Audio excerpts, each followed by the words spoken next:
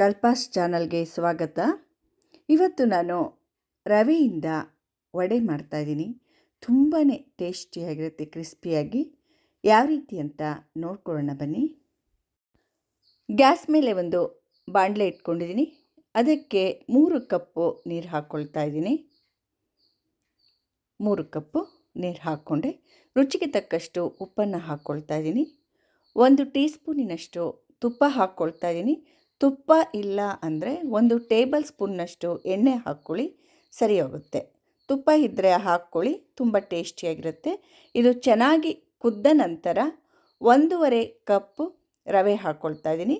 ಮಾಮೂಲಿ ಬಾಂಬೆ ರವೆ ಹಾಕ್ಕೊಳ್ತಾ ಇದ್ದೀನಿ. ಉಪ್ಪಿಟ್ಟೆಲ್ಲ ಮಾಡ್ತೀವಲ್ವ, ಆ ರವೆನೇ ಹಾಕ್ಕೊಳ್ತಾ ಇರೋದು. ಹಾಕ್ಕೊಂಡು ಕ್ಲೀನಾಗೆಲ್ಲ ಮಿಕ್ಸ್ ಮಾಡ್ಕೋಬೇಕು. ಲೋ ಫ್ಲೇಮ್ನಲ್ಲಿ ಎಲ್ಲ ಮಿಕ್ಸ್ ಮಾಡ್ಕೊಳ್ತಾ ಇದ್ದೀನಿ. ನೋಡಿ, ಒಂದು ಕೂಡ ಗಂಟಿಲ್ಲ. ಎಲ್ಲ ಮಿಕ್ಸ್ ಮಾಡ್ಕೊಂಡಾಯ್ತು. ಇವಾಗ ಒಂದು ಲಿಡ್ನ ಕ್ಲೋಸ್ ಮಾಡಿಬಿಟ್ಟು 2 ನಿಮಿಷ ಹಾಗೆ ಬಿಡಬೇಕು. ರವೆ ಚೆನ್ನಾಗಿ ಅರಳುತ್ತೆ ಈ ರೀತಿ ಮಾಡೋದ್ರಿಂದ. 2 ನಿಮಿಷ ಆದಮೇಲೆ ನಾನು ಮುಚ್ಚಳ ತೆಗೆದಿದ್ದೀನಿ ನೋಡಿ. ಮತ್ತೆ ಒಂದು ಸಲ ಎಲ್ಲ ಕ್ಲೀನಾಗಿ ಕೈ ಆಡಿಸ್ಕೊಳ್ತಾ ಇದ್ದೀನಿ. ಕರೆಕ್ಟಾಗಿರುತ್ತೆ. 1ಕ್ಕೆ 2ರಷ್ಟು ನೀರು ಹಾಕಿದ್ರೆ ಇದು ಮಿಶ್ರಣ ಕರೆಕ್ಟಾಗಿರುತ್ತೆ. ಇವಾಗ ಇದನ್ನು ತಣ್ಣಗಾಗೋದಕ್ಕೆ ಬಿಡ್ತಾ ಇದ್ದೀನಿ. ಗ್ಯಾಸ್ ಸ್ಟವ್ನ ಆಫ್ ಮಾಡಿಬಿಟ್ಟು ತಣ್ಣಗಾಗೋದಕ್ಕೆ ಬಿಟ್ಟಿದ್ದೆ. ಇದು ತಣ್ಣಗಾಗಿದೆ ನೋಡಿ. ಇವಾಗ ಕ್ಲೀನಾಗೆಲ್ಲ ಈ ರೀತಿಯಾಗಿ ಕಲಿಸ್ಕೊಳ್ತಾ ಇದ್ದೀನಿ. 2 ಟೇಬಲ್ ಸ್ಪೂನಿನಷ್ಟು ಅಕ್ಕಿ ಹಿಟ್ಟನ್ನು ಹಾಕ್ಕೊಂಡಿದ್ದೀನಿ. ಅಕ್ಕಿ ಹಿಟ್ಟು ಇದ್ದರೆ ಹಾಕ್ಕೊಳ್ಳಿ, ಇಲ್ಲ ಅಂದರೆ ಬೇಡ, ಆಪ್ಷನಲ್ಲಿದು. ಅಂದರೆ ಗರಿಯಾಗಿರುತ್ತೆ ಅಂದ್ಬಿಟ್ಟು ಅಕ್ಕಿ ಹಿಟ್ಟನ್ನು ಹಾಕ್ಕೊಳ್ಳೋದು. ತೀರಾ ಇದನ್ನೇನೋ ನಾದೋದೇನು ಬೇಡ. ಸ್ವಲ್ಪ ಹೊತ್ತು ಎಲ್ಲ ಕ್ಲೀನಾಗಿ ಈ ರೀತಿ ಮಿಕ್ಸ್ ಮಾಡಿಕೊಂಡ್ರೆ ಆಯಿತು. ಸ್ಮೂತಾಗಿ ರೆಡಿಯಾಗಿದೆ ಇವಾಗ ಇದು. ಇದನ್ನು ಉಂಡೆಗಳನ್ನ ಮಾಡ್ಕೊಳ್ತೀನಿ ಮೊದಲಿಗೆ. ಈಗ ವಡೆ ಮಾಡ್ಕೊಳ್ಳೋಣ ಬನ್ನಿ. ಉಂಡೆ ಮಾಡಿಬಿಟ್ಟು ಆಮೇಲೆ ವಡೆ ಮಾಡ್ಕೋಬೇಕು. ಕ್ಲೀನಾಗಿ ಕೈಯಲ್ಲೆಲ್ಲ ಸ್ವಲ್ಪ ಈ ರೀತಿ ಮಾಡಿಬಿಟ್ಟು ಆಮೇಲೆ ಒಂದು ಉಂಡೆ ಮಾಡಿಕೊಂಡು ಈ ರೀತಿ ಕೈಯಲ್ಲಿ ಪ್ರೆಸ್ ಮಾಡಿಬಿಟ್ಟು ಮಧ್ಯದಲ್ಲಿ ಹೋಲ್ ಮಾಡಿದ್ರೆ ವಡೆ ರೆಡಿ ಆಯಿತು. ನೋಡಿ, ಈ ಥರ ಮಾಡ್ಕೋಬೇಕು. ಎಲ್ಲದನ್ನು ನಾನು ಇದೇ ರೀತಿ ಮಾಡ್ಕೊಳ್ತೀನಿ. ಆ ಪ್ಲೇಟಿಗೆ ನಾನು ಎಣ್ಣೆ ಸವರಿಬಿಟ್ಟು ಅದರೊಳಗೆ ಎಲ್ಲ ಇಟ್ಕೊಳ್ತಾ ಇದ್ದೀನಿ. ಈಗ ಇನ್ನೂ ಒಂದು ಮಾಡ್ಕೊಳ್ತಾ ಇದ್ದೀನಿ ನೋಡಿ. ಸ್ವಲ್ಪ ಕೈಯಲ್ಲಿ ಆ ರೀತಿ ಮಾಡಿಬಿಟ್ಟು ದುಂಡಗೆ ಈ ರೀತಿ ಉಂಡೆ ಮಾಡಿಕೊಂಡು ಸ್ವಲ್ಪ ಈ ರೀತಿ ಫ್ಲ್ಯಾಟ್ ಮಾಡಿಕೊಂಡು ಮಧ್ಯದಲ್ಲಿ ಹೋಲ್ ಮಾಡೋದು. ತೆಳು ಏನಾದರೂ ಆದರೆ ಸ್ವಲ್ಪ ಅಕ್ಕಿ ಹಿಟ್ಟನ್ನು ಇನ್ನೂ ಹಾಕ್ಕೋಬೋದು, ಇನ್ನೊಂದು ಸ್ಪೂನಷ್ಟು. ಹೀಗೆ ನಾನು ಎಲ್ಲ ವಡೆಗಳನ್ನು ರೆಡಿ ಮಾಡಿ ಒಂದು ಪ್ಲೇಟ್ನಲ್ಲಿ ಇಟ್ಕೊಂಡಿದ್ದೀನಿ. ಇದನ್ನು ಎಣ್ಣೆಯಲ್ಲಿ ಕರಿಬೇಕು. ಎಣ್ಣೆನ ಮೊದಲೇ ನಾನು ಮೀಡಿಯಮ್ ಫ್ಲೇಮ್ನಲ್ಲಿ ಕಾಯೋದಕ್ಕೆ ಇಟ್ಟಿದ್ದೆ. ಒಂದು ಚಿಕ್ಕ ಉಂಡೆ ಹಾಕಿ ನೋಡ್ತಾ ಇದ್ದೀನಿ ಎಣ್ಣೆ ಕಾಯ್ದಿದೆಯೋ ಇಲ್ವಾ ಅಂತ. ಕಾಯ್ದಿದ್ರೆ ಅದು ಮೇಲ್ಭಾಗಕ್ಕೆ ಬರುತ್ತೆ. ಕಾಯ್ದ ನಂತರ ನಾನು ರವೆಯ ವಡೆಗಳನ್ನ ಹಾಕ್ಕೊಳ್ತಾ ಇದ್ದೀನಿ ಎಣ್ಣೆಯಲ್ಲಿ. ನೋಡಿ, 6 ವಡೆ ಹಾಕ್ಕೊಂಡಿದ್ದೀನಿ. ಬೇಕಿದ್ರೆ ಇನ್ನೂ 1-2 ನೀವು ಹಾಕ್ಕೋಬೋದು.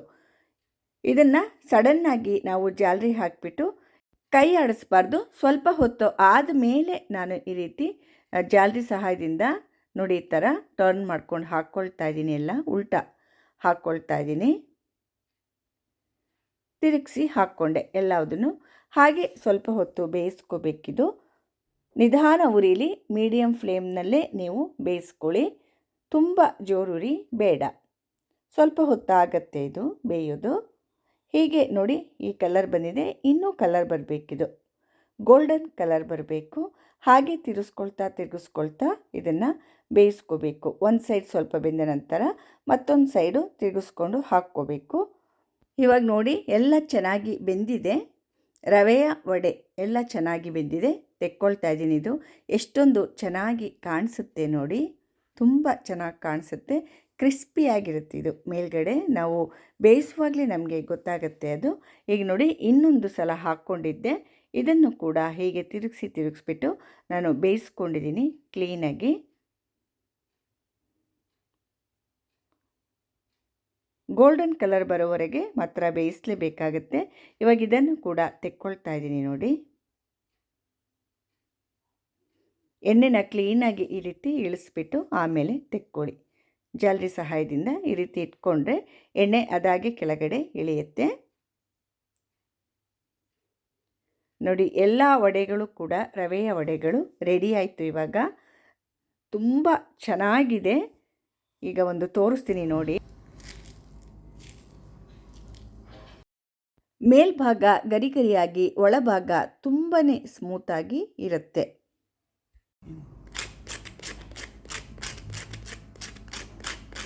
ನೋಡಿದ್ರಲ್ಲ ಮೇಲ್ಭಾಗ ಎಷ್ಟೊಂದು ಗರಿ ಗರಿಯಾಗಿದೆ ಅಂತ. ಹಾಗೆ ನೋಡಿ ಎಷ್ಟು ಸ್ಮೂತಾಗಿದೆ, ಗರಿ ಗರಿಯಾಗಿ ತುಂಬ ಸ್ಮೂತಾಗಿರುತ್ತೆ. ಚಟ್ನಿ ಹಾಗೂ ಸಾಂಬಾರು ಜೊತೆ ನಾನು ಸರ್ವ್ ಮಾಡಿದ್ದೀನಿ. ಬರೀ ಚಟ್ನಿ ಜೊತೆ ಕೂಡ ತಿನ್ಬೋದು, ಇಲ್ಲಾಂದರೆ ಸಾಂಬಾರಿದ್ದರೆ ಅದ್ರ ಜೊತೆ ಕೂಡ ನೀವು ಇದನ್ನು ತಿನ್ಬೋದು. ಉದ್ದಿನಬೇಳೆ ನೆನೆಸಿಲ್ಲ ಅಂದ್ರೂ ಬೇಕು ಅಂದ ಕೂಡಲೇ ಈ ವಡೆನ ರೆಡಿ ಮಾಡ್ಕೋಬೋದು. ಇಡ್ಲಿ ಮಾಡಿಕೊಂಡ್ರೂ ಕೂಡ ಅದ್ರ ಜೊತೆಗೂ ಕೂಡ ಮಾಡ್ಕೋಬೋದು. ಇಲ್ಲ ಅಂದರೆ ಬರೀ ಇದೇ ಕೂಡ ನಮಗೆ ಬೆಳಗಿನ ತಿಂಡಿಗೆ ಆಗುತ್ತೆ. ಹೊಟ್ಟೆ ತುಂಬುತ್ತೆ ಚೆನ್ನಾಗಿ. ರವೆಲಿ ಮಾಡಿರೋದ್ರಿಂದ ತುಂಬ ಟೇಸ್ಟಿಯಾಗಿರುತ್ತೆ. ನೋಡಿ, ಸಾಂಬಾರು ಜೊತೆಗೂ ಕೂಡ ನಾನು ಟೇಸ್ಟ್ ಮಾಡಿ ನೋಡ್ತಾ ಇದ್ದೀನಿ. ಸಖತ್ತು ಚೆನ್ನಾಗಿದೆ. ಚಟ್ನಿ ಜೊತೆಗೂ ಕೂಡ ತುಂಬಾ ಟೇಸ್ಟಿಯಾಗಿರುತ್ತಿದ್ದು.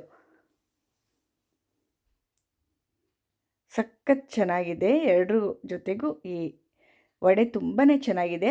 ಸುಲಭ ಕೂಡ ಮಾಡೋದು. ಖಂಡಿತವಾಗಿ ಟ್ರೈ ಮಾಡಿ. ನಿಮಗೆಲ್ಲ ಹೇಗೆ ಅನ್ನಿಸ್ತು ಈ ವಡೆ ರೆಸಿಪಿ ಅಂತ ದಯವಿಟ್ಟು ಕಮೆಂಟ್ಸ್ ಮೂಲಕ ತಿಳಿಸೋದನ್ನು ಮರಿಬೇಡಿ. ಲೈಕ್ ಮಾಡಿ, ಶೇರ್ ಮಾಡಿ ಹಾಗೂ ಕಮೆಂಟ್ಸ್ ಮೂಲಕ ತಿಳಿಸಿ. ಮತ್ತು ಸಬ್ಸ್ಕ್ರೈಬ್ ಆಗೋದನ್ನಂತೂ ಖಂಡಿತವಾಗಿ ಯಾರು ಮರಿಬೇಡಿ. ನನ್ನ ಚಾನೆಲ್ನ ನೋಡಿ ನನಗೆ ಸಪೋರ್ಟ್ ಮಾಡ್ತಿರೋ ಪ್ರತಿಯೊಬ್ಬರಿಗೂ ನನ್ನ ಧನ್ಯವಾದಗಳು.